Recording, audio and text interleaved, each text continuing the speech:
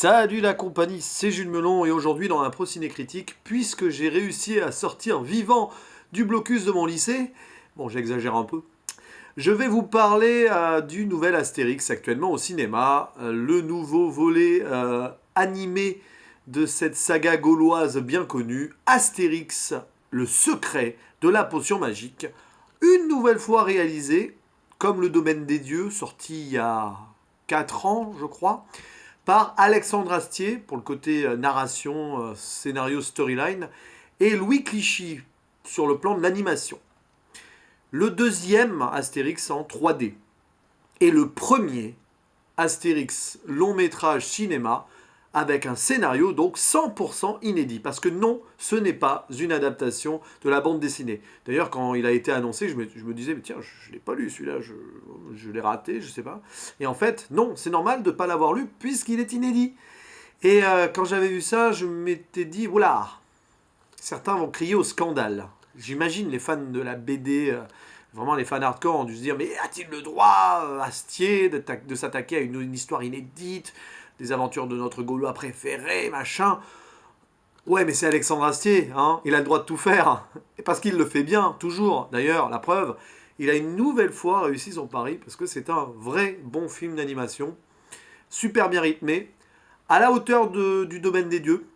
J'ai peut-être préféré quand même le domaine des dieux, mais bon, ça se joue à pas grand-chose. Voilà, c'est quand même une réussite. Je mets 8 sur 10. Allez, 7,5 arrondi à 8. Il est vrai quand même que ça aurait pu être encore plus grand, connaissant le bonhomme. Mais franchement, on passe un super moment et les références sont assez succulentes. Et très discrètes aussi, c'est ça qui est intéressant. Il n'y a pas des gros trucs avec warning, machin et tout. C'est assez bien intégré, je trouve ça sympa. Bref, c'est l'histoire, donc, puisque c'est un scénario original, autant raconter un peu l'histoire. C'est l'histoire de Panoramix, oui, parce qu'en fait, Astérix, le secret de la potion magique, en fait, Astérix, il joue un rôle très secondaire, voire tertiaire pendant tout le film, de même qu'Obélix d'ailleurs. C'est très étrange, parce que le film est centré plus sur Panoramix, et le fait que sur la fin de sa carrière, croit-il en tout cas, il décide de passer la main et de se trouver un successeur suite à la chute depuis un arbre lors d'une cueillette du gui. Et oui. Et donc, voilà, Panoramix cherche le meilleur druide, le jeune à qui pourrait transmettre le secret de la potion magique. Sauf que voilà, vient se mêler à l'histoire un druide, un evil druid, voilà, un druide Sith. Oui, il y a des références à Star Wars dans le film, enfin moi je le sens comme ça en tout cas, du nom de Sulfurix, bien méchant, caché dans sa cabane, qui entend oui, l'appel des sangliers, oui, parce qu'à un moment, Panoramix fait un appel aux druides avec des sangliers, bon, pourquoi pas, et qui donc décide de s'approprier ce secret de la potion en manigançant un stratagème afin que Panoramix choisisse le successeur, un successeur particulier qu'il aurait formé avant. Plus ou moins. C'est un peu compliqué, ouais, mais c'est pas grave. En voyant le film, c'est d'une clarté abyssale. Et voilà. Et du coup, c'est comme ça. En parallèle, vous avez le village des irréductibles gaulois qui est abandonné par les hommes qui accompagnent Obélix, Astérix et Panoramix dans la quête de ce nouveau druide. Et du coup, c'est les femmes qui défendent le village. C'est intéressant. Ce film est féministe d'ailleurs. Il est dans l'air du temps, clairement. Et donc les Romains ont envie d'épuiser la potion en réserve au village en attaquant les femmes en parallèle du film et tout, pour enfin dominer toute la Gaule. Donc, ce qui est bien dans ce film, c'est qu'il est super bien rythmé, on s'ennuie pas pendant les 1h25, qui passent super bien, super vite, et super bien du coup. Et ça rebondit toujours entre humour simple, très astiéen forcément, et action plutôt bien menée. Après, le scénario se déroule sans trop de surprises, si ce n'est le grand final en mode Clash of the Titans, j'en dis pas plus, mais c'est assez surprenant. Voilà, à part le final surprenant, le reste est assez classique et ça passe bien, quoi. Parce que en fait je pense que Astier a voulu quand même garder un truc plutôt posé et pas trop foufou, afin que les amateurs de la BD s'y retrouvent. Et c'est ça qui est intéressant, c'est qu'il a écrit ce film, je pense, Astier, et je trouve en tout cas, en respectant les personnages d'origine et la BD. Et ça, c'est plutôt bien. D'autres à sa place, moins talentueux ou plus, on va dire, plus maladroits, auraient peut-être trop détourné le truc. et c'est un petit peu le problème qu'on a avec les remakes ou les reboots de certains trucs ou certaines adaptations mal placées. Non, Astier, lui, il a vraiment... on voit que c'est un amoureux de la BD à la base et il a vraiment suivi ce qu'aurait pu écrire, enfin ce qu'aurait pu mettre en scène, écrire et dessiner Uderzo et Goscinny, quoi, tout simplement. Donc ça choque pas spécialement. Et puis, donc, ce qui fait la force de ce film, finalement, c'est les petits détails. Tout est dans les petits détails. Tous les personnages sont intéressants. Donc, je disais un message féministe un peu quand même, puisqu'il y a donc les femmes qui défendent le village, mais aussi le personnage de Pectine, une enfant. Oui, parce que c'est rare dans Astérix, mais on voit des enfants là dans le film. Et une des enfants, une très bonne élève qui est très forte et tout, bah, c'est un petit peu elle qui va suivre ces héros et réussir à faire quelque chose. Et pourtant, c'est une jeune fille malmenée ou plutôt délaissée par les garçons du village. Et ben c'est elle qui est mise en avant, tout comme les femmes qui défendent le village pendant ce temps. C'est pas mal, voilà. Donc voilà, des personnages intéressants, les sangliers, les sangliers. Les sangliers ont enfin le beau rôle dans, dans une aventure d'Astérix. C'est trop marrant parce qu'en fait, d'habitude, ce sont les pures victimes d'Obélix, mais là, en fait, c'est eux qui font passer des messages aux druides. Oui, parce que les druides parlent de sangliers, c'est connu. Et c'est même le plus petit des sangliers, parce qu'il y a un sanglier qui est tout petit. Hein, c'est un sanglier nain, je pense pas que ce soit un enfant sanglier. C'est un sanglier nain, c'est lui qui aura la plus grande importance comparé à ses congénères. Oui, parce que le petit peut aussi être le plus important et le plus grand. Vous voyez les messages ici qui sont passés. Ah, certains vont me dire, ouais, c'est un peu cliché, tout ça, machin.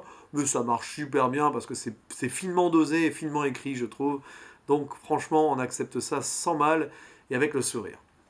Puis bon, il y a le casting vocal. Alors, il faut en parler du casting vocal, parce que c'est la première fois que Roger Carrel ne double pas Astérix sur une animation. Et oui, Roger Carrel, l'immense Roger Carrel, a pris sa retraite. Il a 91 ans, quelque chose comme ça. Il décide de couler des jours heureux loin de toute l'industrie du doublage. Et voilà. Et du coup, qui double Astérix? Ils ont rappelé Christian Clavier. Un choix à la fois étonnant et logique. Étonnant parce qu'on ne revoit pas trop Clavier dans tout ça. Enfin, imaginez Clavier accepter ça, parce que lui, il a laissé un petit peu Astérix de côté. Hein. Bon, voilà, il a accepté, mais c'est logique puisque, voilà, pour beaucoup, Clavier, c'est quand même le Astérix au cinéma, quoi. Mission Cléopâtre, bon, c'est normal. Mais ce n'est pas Depardieu qui fait Obélix, hein, c'est Guillaume Briat qui avait déjà aussi fait Obélix dans le précédent. Guillaume Briat qui joue un rôle hein, dans Kaamelott, hein, c'est le gros barbare, je sais plus si c'est un barbare. Excusez-moi, fans de Kaamelott, ça fait longtemps que je les ai pas revus et tout, mais celui qui dit queer là, c'est le mongol, je crois, le guerrier mongol. Bon, bref, c'est pas grave, je m'enfonce, je creuse avec la queer là. Voilà, donc, et puis Bernard Allan qui fait la voix de Panoramix, un doubleur assez reconnu quand même. Et alors, la voix de Sulfurix, pendant tout le film, à un certain moment, j'ai cru que c'était Alexandre Astier lui-même, mais pas du tout. C'est un acteur de théâtre du nom de Daniel Mesguich. Voilà. Il a un timbre proche d'Alexandre Astier, je trouve. Enfin, je sais pas. Alexandre Astier qui fait quand même des voix dans le film. Deux voix.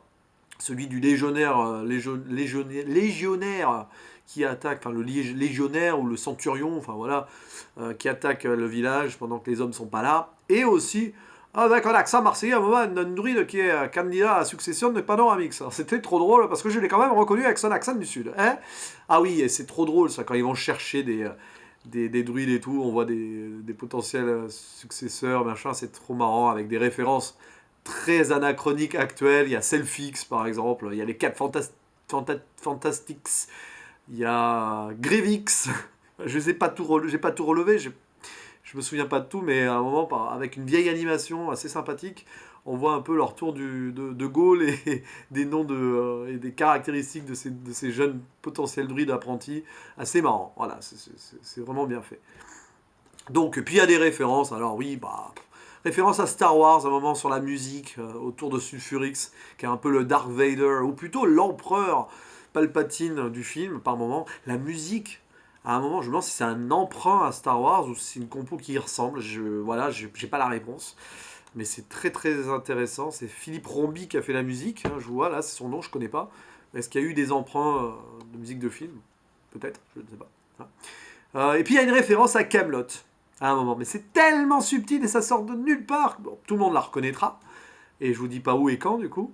Mais c'est tellement bien placé de manière inattendue. Voilà, et je ne parle pas ici, bien sûr, du personnage doublé par Franck Pittiot, celui qui joue Perceval, évidemment. Et qui reprend d'ailleurs le rôle d'Humérus, qui était un légionnaire qui était déjà dans le film précédent. Voilà, sinon dans le doublage, puisqu'on en parlait, il y a Gérard Hernandez qui fait l'un des druides, François Morel qui fait Ordre Alphabetix, évidemment Lionel Astier, le père d'Alexandre, qui fait Cet Automatix. Voilà, il y a Florence Foresti, très discrète, mais elle fait bonne mine. Elle ne parle pas beaucoup dans le film. Et Alex Lutz, celui qui a brillé cette année avec son film très touchant Guy, qui fait le jeune Téléphérix, qui va donc être potentiellement le druide successeur apprenti le plus doué, à même de remplacer Panoramix. Voilà. Et que dire d'autre? Bah voilà, il faut le voir ce film, parce que les références, je vais pas faire la liste là. Clairement pas. Le final est dantesque. C'est vrai qu'avant le final, j'étais en mode, ouais, il est bien ce film, mais il manque un truc. Quand même. Sans ce final assez what the fuck et super bien réussi, j'aurais mis 7. Mais voilà. Astier m'a convaincu avec un final, mais improbable, où plein de petits trucs du film prennent leur sens à la fin. Et on connaît le secret de la potion magique. Attention, à la fin. Enfin, bref, j'en dis pas plus, parce que c'est amusant. C'est intéressant surtout. Voilà. Bref, oui, il y a Elysée Moon aussi, qui joue un Romain. Bon, je sais pas, sa voix me fait toujours rire, ce mec. Donc voilà. Bon, qu'est-ce que je peux dire de plus? Bah pas grand-chose d'autre, hein, si ce n'est d'aller le voir, ce film d'animation, parce qu'il tombe très très bien en ce moment, en fin d'année, avant Noël. Voilà, menez vos plus jeunes, parce que c'est de l'humour intelligent.